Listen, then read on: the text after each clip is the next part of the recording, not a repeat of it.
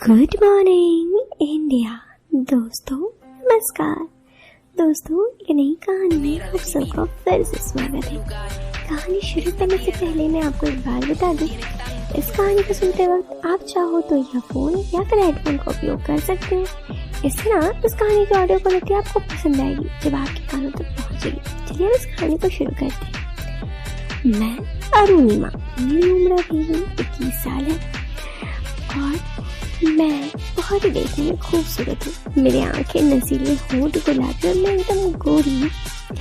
मेरे लंबे नागिन से काले बाल। मैं इतना तो कह सकती हूँ कि हर कोई मुझे पसंद करता है। खैर, इससे पहले मैंने एक कहानी में आपको बताया था कि जब मैं इससे पहले 12वीं में थी तो कैसे मेरा अफेयर स्कूल के टीचर से था और फिर प्रिंसिपल तक ये बात पहुंची। लेकिन फिर साथ कॉलेज का खत्म हुआ, 12th क्लास स्कूल का, और फिर जो उदय सर थे वो भी गांव चले गए, उनकी शादी हो गई। उदय सर के बाद प्रिंसिपल सर से भी मेरी आखिरी मुलाकात तब हुई जब मैं 12वीं की मार्कशीट और स्कूल की टीसी लेने गई। उसके बाद सबसे संपर्क खत्म हो गया। अब मैंने आगे की पढ़ाई के लिए घर में कहीं उनमें थोड़ी दिक्कत थी, जिसके चलते मुझे प्राइवेट कॉलेज में एडमिशन लेना पड़ा। वहाँ मुझे रोज नहीं जाना पड़ता, बस पेपर देने के लिए सीन था। लेकिन मुझे तो घर से निकलने की आदत थी, किसी को बॉयफ्रेंड बनाने की। घर में रहने से वो कैसे बदल जाता। 1 महीने तक मैं इधर उधर देखती रही, लेकिन फिर 1 महीने बाद मुझे ऐसा लगने लगा कि किसी न किसी को तो बॉयफ्रेंड बनाना ही पड़ेगा। तो इधर उधर नजरें दौड़ाने लगी। मेरे घर में 2 बाहरी लोग नियमित रूप से आते थे, एक दूध वाला और दूसरा धोबी। तो मैंने सबसे पहले उन दोनों को पटाने के बारे में सोचा। अब जब भी दूध वाला आता तो मैं उसके सामने जाती, थोड़ा तैयार होकर और जानबूझकर उसके सामने से इतराती रहती। इतना में मैं धोबी भी जब आता तो धोबी को भी अपने कपड़े देती, तो वो हमेशा कपड़े मेरे कमरे से ही जाकर लेके जाता। ऐसे धीरे धीरे मैं उन दोनों को भी अपने बातों में फंसाने लगी। एक शाम जब मैं घर में बहुत बोर हो रही थी तो मैंने अपने पुरानी साइकिल का सहारा लिया और शाम को मैं रोज 1 घंटा साइकिल चलाने लगी। एक दिन इसी तरह से मैं रास्ते से जा रही थी तो मैंने एक आदमी को देखा। वो आदमी मेरे घर में जो दूध वाला था बिल्कुल उसी की तरह दिख रहा था। मैंने जब पीछे से देखा तो उसकी पहचान नहीं हो पाई। मैं उसके पीछे गई तो वो एक तबले से होता हुआ एक छोटी सी झोपड़ी के बाहर रुक गया। जब वो पीछे पलटा तो मैंने देखा ये तो वही है। तब उसने मुझे कहा और बोला, अरे आप यहाँ कैसे? वो दूध वाला ने मुझे कहा। मैं उससे बोली, अरे मैं शाम को रोज साइकिल चलाती हूँ तो सोचा इधर से चलूं तो आप दिख गए। उसने मुझे कहा, चलो अच्छा है आप मेरे घर आए हो, आओ मेरे गरीबन में बैठो। मैंने बोला, अरे रहने दीजिए, मैं यहीं से हूँ। वो बोली, नहीं ऐसे कैसे जाने दूँ, पहली बार आप मेरे घर आए हो, अनजाने में ही सही, लेकिन मैं आपको बिना चाय पिए जाने नहीं दूंगा। उसकी जिद के आगे मुझे हार माननी पड़ी। वो मुझे अपने घर के अंदर ले गया। उसकी झोपड़ी के अंदर उसका घर था, एक तख्ता बिछा हुआ था, उसी में किचन था, बाहर भैंसों का तबेला था। मैंने उससे पूछा, तुम्हारे घर में कौन कौन रहता है?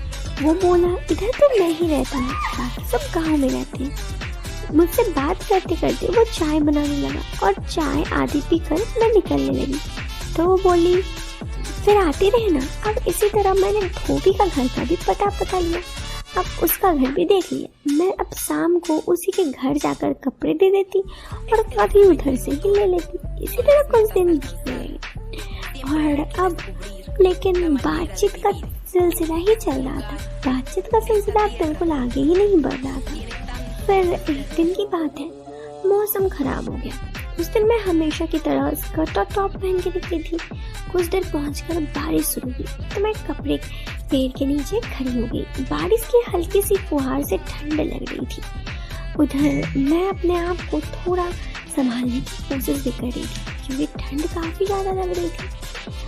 कुछ देर वहाँ खड़ा होकर मुझे समझ में नहीं आ रहा था कि क्या करूँ। न बारिश रुक रही थी कि मैं घर चली जाऊँ। फिर मैंने विचार किया कि न भीग कर दूध वाले के पास ही चले जाए। बारिश का बहाना भी हो जाए, शायद बात आगे भी बढ़ जाए। मैं भीगते हुए दूध वाले के घर के बाहर पहुंची तो वो भी तबेले में ही था। जैसे ही उसने मुझे देखा तो वो भागकर मेरे पास आया। मैंने साइकिल अंदर करने लगा, फिर वो मुझे अंदर ले गया। मैंने उसे बताया मैं निकली और रास्ते में बारिश हो गई, मैं आपके घर चली आई, क्योंकि उसका घर ज़्यादा पास ही था। दूध वाला मुझे कहा, अच्छा किया, आप तो पूरी भीग गई हैं, आप अपने कपड़े चेंज कर लीजिए वरना ठंड लग जाएगी, मैं आपको कोई कपड़ा देती हूँ। मैं किनारे में जाकर अपने कपड़े चेंज करने लगी। इतनी रोशनी तो थी कि वो देख सके। वो मेरे लिए एक धोती सफेद रंग का ले आया और बोला, इसे पहन लीजिए, और कोई कपड़ा तो नहीं है मेरे पास। मैंने कहा, अरे यही ठीक है।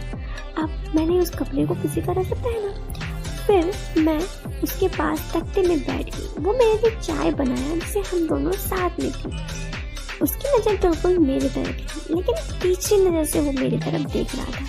मुझे भी उससे बात करने का बड़ा मन था। मैं बिंदास होकर उससे बात किए जा रही थी, लेकिन ठंड भी लग रही थी क्योंकि मैं पहले से भीगी थी, तो मैं किसी तरह से धोती पहनी हुई थी और भीगने की वजह से बाल भी भीग रहे थे।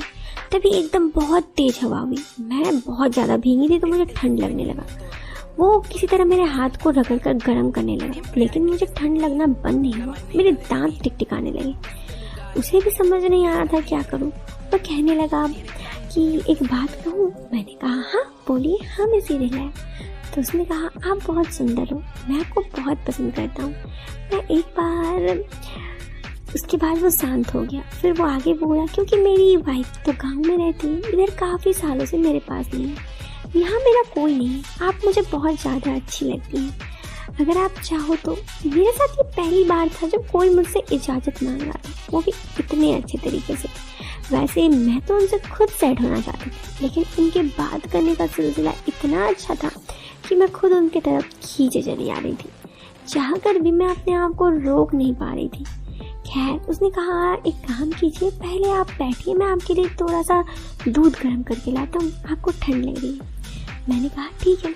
फिर मैं वहाँ पर बैठी रही और वो तबेले से जाकर दूध लिया और फिर गर्म करने के लिए किचन चला गया। मैं बैठे बैठे मुझे ठंडी लग रही थी। मैं जल्दी से किसी तरह से वहाँ पे बैठी थी, तभी हवा का जोर का झोंका आया। मुझे बहुत ठंड लगा। उन्होंने कहा, एक मिनट रुकिए, मैं अभी आया। उन्होंने दूध एक गिलास में ला कर दिया और कहा, इसे पीजिए, फिर हम बात करते हैं, तब तक आपकी ठंड लगना भी कम हो जाएगा। मुझे डर भी लग रहा था थोड़ी बहुत कि रात होने लगी है, लेकिन मन में काफ़ी ज़्यादा एक्साइटमेंट भी था कि आगे क्या होगा। जैसे कि दोस्तों, आपको इस कहानी में सुनने में इंटरेस्टेड है ना एक्साइटमेंट, आप जानना